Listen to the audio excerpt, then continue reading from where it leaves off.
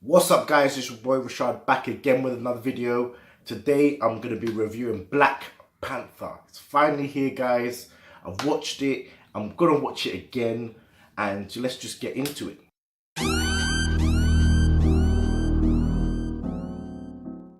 Quick side note before I start, there is no spoilers. I'm going to try my best not to spoil anything. This is my spoiler free review. No spoilers, just to give my ratings, what I liked, what I didn't like, and just a general overview of the movie. Okay, so let's get it. So as you may or may not know, Black Panther is the story of T'Challa, son of T'Chaka, who is the heir to the throne of the African country of Wakanda. So it takes place after the events of Civil War. So T'Chaka has died, and now T'Challa has to fathom being king and the Black Panther.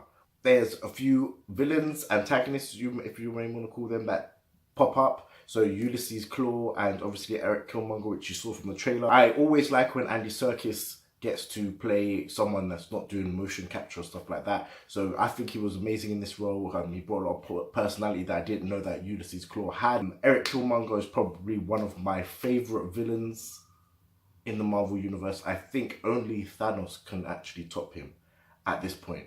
Michael B. Jordan was amazing. He killed it as Killmonger. His motivations were very clear, and it made you sit on the fence and actually think, like, who is actually right in this situation, which I love. Marvel always gets a lot of stick for its villains being forgettable and that they're not fleshed out and they're just one and done villains. I feel like they went a different route with Killmonger and it paid off. One of the things that I loved about this movie was actually just the cast. The cast did amazing in this. Everyone's performances were, for the most part, incredible. Letitia Wright as Shuri nearly stole the show. Lupita Nyong'o as Nakia, she did amazing. Danai Gurira as Okoye, she also did, like, whenever she was on screen, I was hooked. The female cast was extremely strong in this movie. I cannot stress this enough. Chadwick Boseman, he did pretty well. He's probably one of my least favorite from the movie.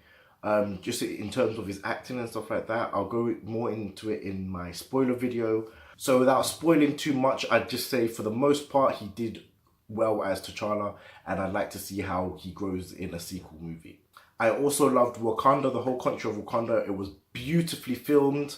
The way that they did it was incredible. I haven't seen technology like that in the Marvel Universe ever. The way that Wakanda and their politics and the different tribes and how they influence the economy of Wakanda was very at the forefront of the movie. So it was very important, and that everyone was rooted in tradition and stuff like that. And I think they just portrayed that very well, without making it too in your face. I think the only major problems I had with this movie were the music choices. I feel like Kendrick Lamar's album that he made for this, it wasn't utilized in the correct way sometimes.